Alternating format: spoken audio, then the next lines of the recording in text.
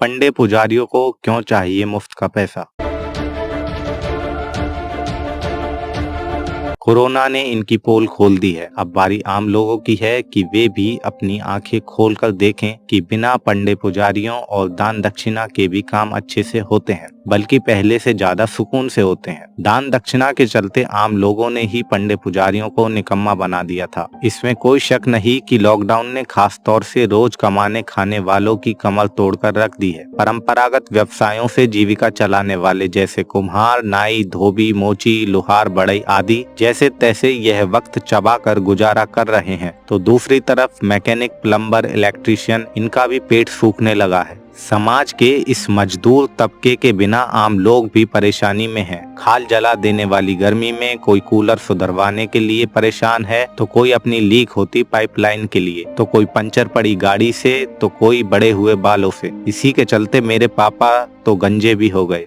सरकार बहुत कम इनके लिए कुछ कर पा रही है, पर ऐसा नहीं है कि ये स्वाभिमानी लोग कोई उम्मीद सरकार से लगाए बैठे हैं। यह तो बस लॉकडाउन खुलने का इंतजार कर रहे हैं कि यह खत्म हो तो जिंदगी पटरी पर आए। लॉकडाउन के दिनों में जो एक बात मैंने महसूस करी वह यह है कि एक दफा बिना पूजा पाठ और भगवान के तो जिंदगी चल जाएगी, लेकिन इन लोगों के बगैर जिंदगी चलाना नामुमकिन है। और इस वजह से परेशानी भुगतने वाले लोग इस समस्या से बखूबी वाकिफ भी होंगे। ये मेहनती लोग सरकार से कुछ मांगे तो उसे जायज करार देने की कई वजह हैं, लेकिन समाज का वह वर्ग जो सदियों से पूजा पाठ कर बिना मेहनत के खीर पुए खाता आ रहा है, उसे कतई यह उम्मीद नहीं थी कि कभी भगवान के भी दरवाजे बंद होंगे और उसकी दुकान यानी मंदिर भी बंद हो जाएंगे। और अब कोरोना के कहर के चलते यह भी हो ही गया, तो इनके पेट में भी कीड़ों ने काटना शुरू कर दिया। धर्म कर्म के नाम पर ऐशो आराम की जिंदगी जीने वाले पंडे पुजारियों का दल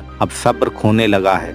ये दल सिर में कीड़े पड़े कुत्ते की तरह भटभटाने को मजबूर है और सरकार से पैसे मांग रहा है, तो उस पर तरस आना भी स्वाभाविक बात है। लेकिन एक तार्किक सवाल भी उठता है कि ऊपर वाला कुछ दे सकता होता तो सबसे पहले अपने इन सेल्समैनों को देता। इन दिनों सोशल मीडिया पर एक पत्र वायरल हो रहा है। ब्राह्मण महासभा सेवा समिति के उत्तर प्रदेश इकाई के अध्यक्ष पंडित हरिओम तिवारी गुड्डू ने मुख्यमंत्री योगी आदित्यनाथ को लिखा है। इस पत्र में बड़ी मार्मिक शैली में आदित्यनाथ से आग्रह किया गया है कि लॉकडाउन के चलते सभी मठ, मंदिर, भागवत कथा तथा विवाह पूर्ण रूप से स्थगित हैं और जनता मंदिरों में नहीं जा रही है, वह चढ़ावा नहीं चढ़ रहा है, तो पुजारी अपना जीवन यापन कैसे करें। पत्र में गांव देहातों के महंतों पुजारियों का जिक्र करते हुए सभी ब्राह्मण पुजारियों की सूची बनाकर उन्हें 6-6 हजार रुपए प्रतिमाह दिए जाएं की बात भी कही है, जिससे ये जीवन यापन कर सकें। अब आखिर आप ही बताएं, सरकार इन्हें पैसे क्यों दे। खैर, इत्तेफाक से ठीक इसी तरह मांग मध्य प्रदेश से भी उठी है कि पंडे पुजारियों को गुजर करने पैसों के लाले पड़ रहे हैं, खास तौर से उनके लिए जो घर जाकर कर्मकांड और संस्कार वगैरह कराते हैं। उन्हें दक्षिणा मिलना बंद हो गई है, लिहाजा सरकार उन्हें आर्थिक मदद दे। मध्य प्रदेश पुजारी संघ के अध्यक्ष पंडित नरेंद्र दीक्षित के मुताबिक ऐसे पुजारियों की संख्या भोपाल में 4000 के लगभग है और इतनी ही तादाद में कर्मकांडी ब्राह्मण है। एक और पंडित विष्णु राजौरिया के मुताबिक कर्मकांडी पंडितों की आमदनी का बड़ा जरिया तीज त्योहार, उद्घाटन, शिलान्यास, गृह प्रवेश, मुंडन, जनेऊ और विवाह संस्कार जैसे धार्मिक मांगलिक अनुष्ठान वगैरह से मिलने वाली दक्षिणा है, जो इन दिनों पूरी तरह बंद है। गौर करने वाली बात यह है कि मध्य प्रदेश में सरकार हजारों पुजारियों को मंदिर की हैसियत के हिसाब से सैलरी भी देती है और कई मंदिरों के पुजारियों को 5 एकड़ तक जमीन भी खेती किसानी के लिए दे रखी है। अब सवाल यह उठता है कि यह किस हक से मांग रहे हैं, ये पंडे पुजारी किस काम के पैसे सरकार से मांग रहे हैं। बात सिरे से समझ से परे है। अब दान दक्षिणा नहीं मिल रही तो इसमें किसका क्या दोष है। असल दोष तो उस भगवान का है जो इनके ही मुताबिक सबका पालनहार है,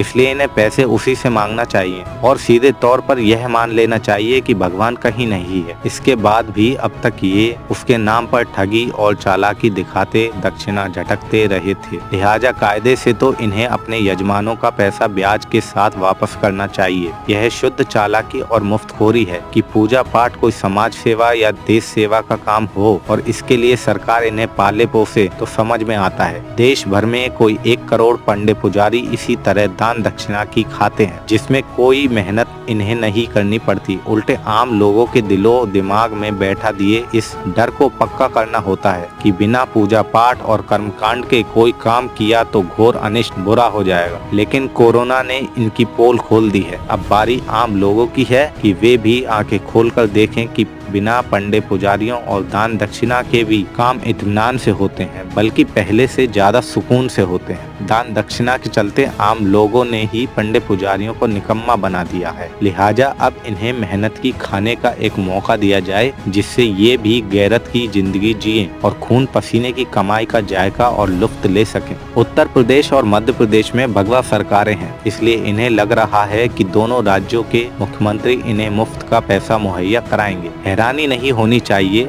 अगर ऐसा हो भी जाए। इन पंडे पुजारियों को देश की बिगड़ती अर्थव्यवस्था से कोई लेना देना नहीं। भूख प्यास से दम तोड़ते गरीब मजदूरों से इन्हें कोई मतलब नहीं। ये कोई इनकम टैक्स नहीं देते। समाज और देश के विकास में भी इनका कोई योगदान नहीं। उल्टे पिछड़ेपन की बड़ी वजह यही लोग हैं। ये तो बस ब्राह्मण होने के आधार पर सरकार से पैसा झटकना चाहते हैं, जिससे मेहनत न करनी पड़े। इनके मंदिर उस सरकारी नौकरी की तरह हैं जिसमें सैलरी के साथ साथ ओवरटाइम और इंसेंटिव भी मिलता है। आज देश के बहुजन तबके को जागने की जरूरत है, जो इनके द्वारा सदियों से गुलाम बनाया गया और आज उन्हीं के रहमो करम पर मलाई चाट रहा है। इस वीडियो के जरिए मैंने सच्चाई को दिखाने की कोशिश की है। अपनी अच्छी बुरी प्रतिक्रिया देकर अपने जिंदे होने का सबूत कमेंट बॉक्स में जरूर दें। समाज को बदलने की छोटी सी कोशिश में मेरे चैनल मानव शांति को सब्सक्राइब और शेयर करके अपना योगदान भी दें। इस वीडियो को देखने के लिए बहुत बहुत धन्यवाद।